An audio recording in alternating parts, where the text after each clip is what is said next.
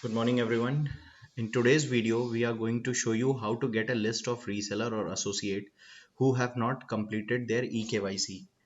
As you all might be aware of the fact that as per the new CCA guideline, it is mandatory for each and every channel to have their organization EKYC done.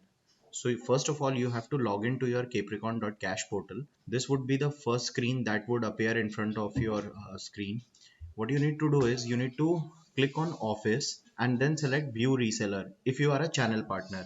If you are a reseller, then you need to click on office and then you will be provided with an option which would say view associates. Now as soon as you click on view reseller or view associates, you would see a red color link would appear in front of you in the middle of the screen which says list of resellers not linked EKYC till now. You have to click on this link and one Excel will be downloaded onto your download section of your computer. Once you open the Excel, it would have 3 to 4 fields like user ID, name, company name, email, and mobile number. So here you can get the list of all the resellers or all the associate who have not yet completed their organization EKYC. So you need to get in touch with all those resellers or associate and ask them to complete their organization EKYC as soon as possible. Thank you.